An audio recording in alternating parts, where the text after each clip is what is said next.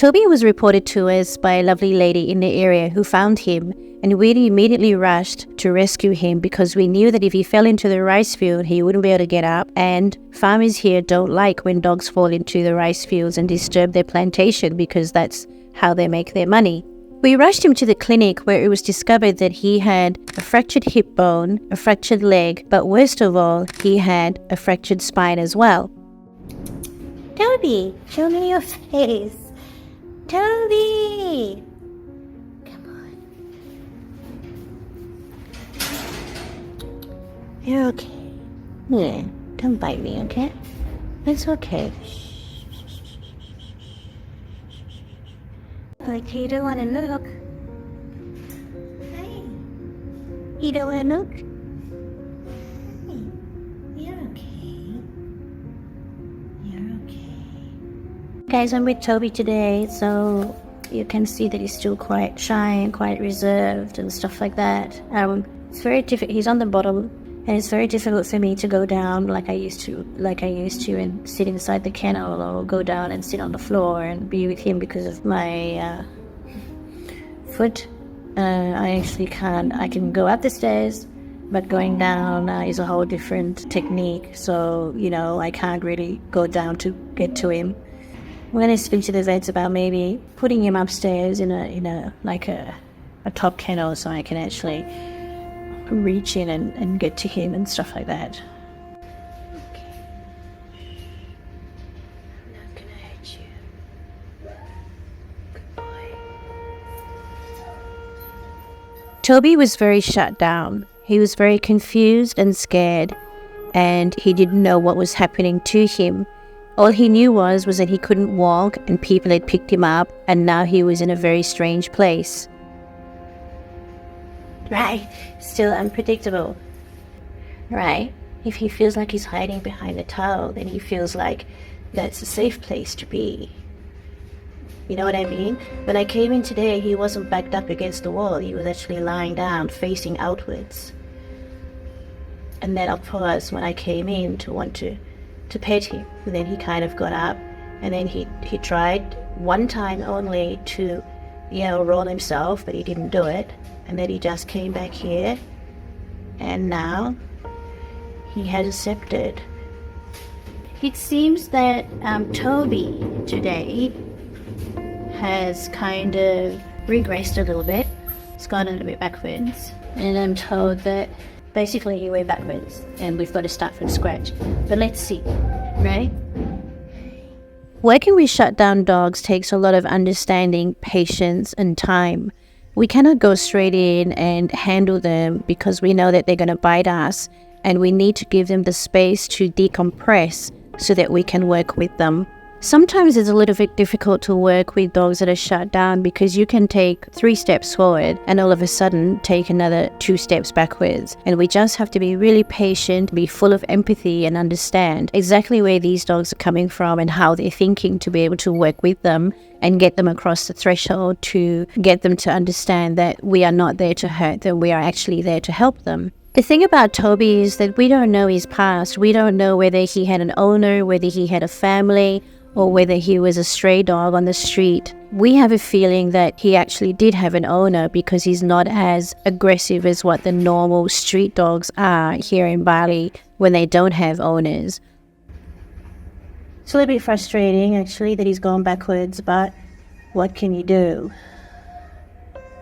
There's a bit of a process with really shut down dogs, you know what I mean? And you've got to be really careful with how you approach things and how you do things, and you can't push it, but you can slowly work on it. Come on, put your head up. Can you put your head up for me? Come on, put your head up. No, don't put your head down. Put your head up. Come on. Put your head up. Yes, good boy. Good boy. It's over here now. Good boy. Yes. Good boy. Don't put your head down. Come on. Come on. It's okay. Yeah. Oftentimes we shut down dogs. It can take months, anything from 3 to 6 months for the dog to understand that everything is going to be okay and that the dog is going to be feeling better as well, which also changes the mindset of the dog. When dogs generally put their heads down, it means that they have absolutely no self-esteem and have no confidence whatsoever. Our goal here is to make sure that we can build Toby's confidence so he can become the happy dog that he's supposed to be. You can clearly see here that Toby is so terrified that he doesn't even use the one major sense that he's supposed to, which is his nose. He's using his eyes, and his eyes are the only things that are keeping him alert and protecting him at this time. The focus for Toby is for him to use his eyes, his ears, and his nose, because once he gets to smell, then he understands and he can form a bond. At this point, we use the towel not only as a buffer so that my hand doesn't get bitten, but it's also Toby's security and safety place.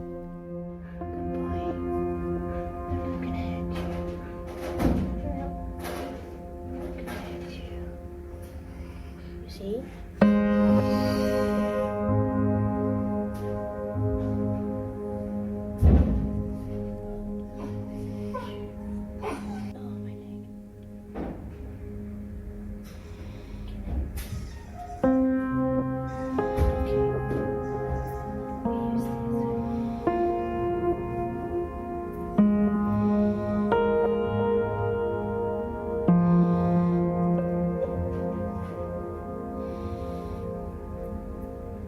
So, I have to use the towel first before I can touch you. But I want you to watch this. Okay.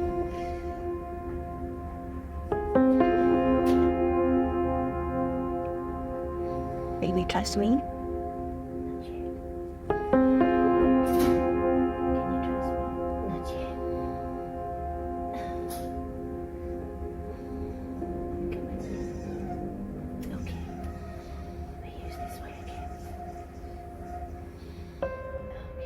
Right, he responds to that really well.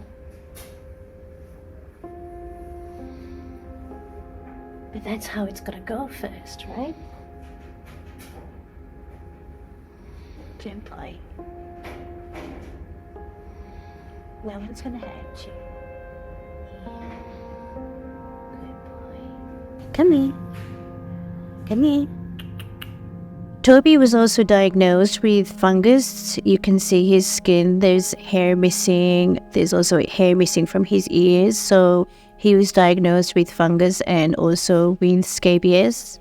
So he was being treated for that along with his leg fractures and his spinal fracture as well. Tobes, don't go there. Come here. I can't chase after you. Come on, Tobes. Come on. Toby, you want to make out with a little poodle? You want to make out with a little poodle?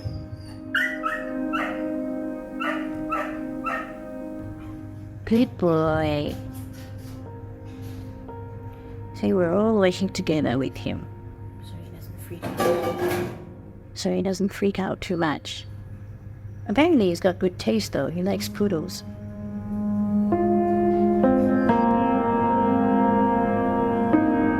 Good boy. It's important that it's not only me that works very slowly and gently with Toby, it's important that everyone that needs to handle him does exactly the same thing with him so that he trusts all humans. Toby has just had another med bath. I waited here while he had his med bath. He looks and smells so much cleaner. And today there's no towel. He's already shaking because he's a little bit cold. So I now have some raw honey and some waterproof band-aids coming on their way. And we're not going to bandage his whole foot anymore. We're just going to basically put the waterproof plaster on there, and His wound is healing, but it's taking a long time to heal, so now I've decided that it's time for the raw honey sterile water treatment. Hey, let you see he flinches like good boy. So, this is the site wound now, right? So we've got Madhu and the sterile water, and that should kind of like regenerate the skin a little bit faster.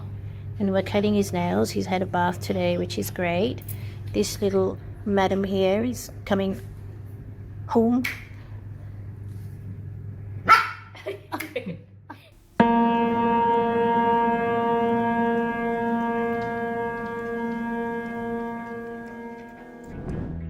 The minute that Toby landed into our special needs sanctuary, his demeanor changed a little bit. He is the first time that we actually saw him smiling, which was such a relief to us.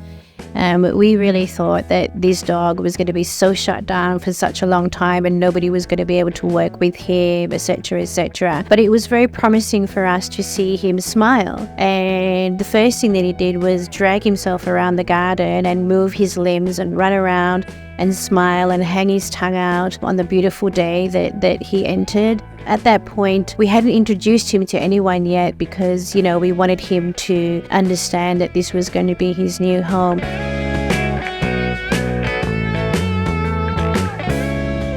After another 2 weeks with Toby being with us, we decided it was time for him to receive his acupuncture, physio, and steroid treatment for his legs. So we had to make sure that all his wounds, all his surface wounds were healed because we can't put dogs on steroids. It only annoys the surface wounds.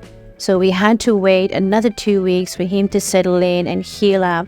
And then we started him on the total rehabilitation therapy, which included steroids, acupuncture, and physio all at the same time. And he was responding quite well. We could see that he was responding well. And his response was so fast that it actually surprised all of us. On the first consultation with our acupuncturist, the vet actually thought that Toby's legs were locked and there was no way that we were going to be able to unlock them.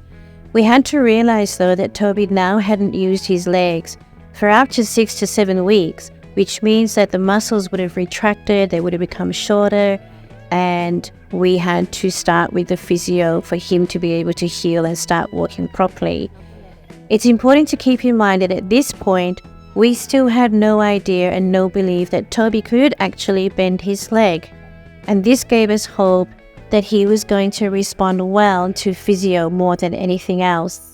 Toby continued his acupuncture treatments and physio treatments over the course of the next 2 weeks. It was then that we were the ones that were giving Toby physio every single day. We had to make sure that the physio that we were giving him was spot on and correct for what he needed, and that we weren't going to damage any of the muscles because they had shortened, and we weren't going to damage any of the bones that had surgery on them as well.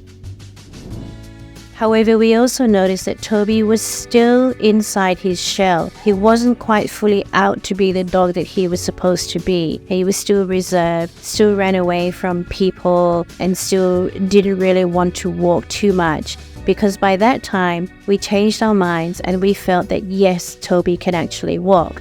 He was in the room with the dogs that were with him and he was friends with them.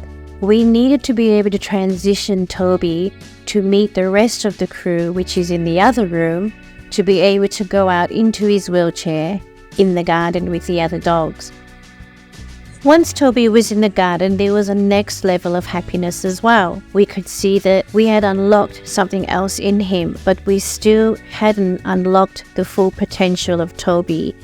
The next thing that we had to work on was trying to get Toby to pair with the caretakers, to bond with the caretakers, because they were the ones that were now going to be looking after him. Fortunately for us, he managed to bond with one of the caretakers as his primary person. The other two were his secondary people. We just needed him to bond with somebody so that we would be able to work with him and do what we needed to do with him to help him to heal. And here's the results of Toby and what happened when we took him to the beach. We were so excited to see that Toby was super excited, and again we had unlocked yet another level of happiness for Toby, and we believed that this was the final level that Toby needed. And when we saw him running at the beach, we were so happy and so excited, and we couldn't stop smiling and laughing with him and celebrating the big challenge that he'd just come over. And the moment that we made the decision to take him to the beach, a whole new Toby unlocked, and all of a sudden he wanted to walk, he wanted to heal himself, he wanted to mingle with people, he wanted to mingle with other dogs and start exploring. He started using his nose properly, he started wagging his tail, and even though he dragged his legs around, every day he made a huge difference, and the recovery that he took was amazing for us.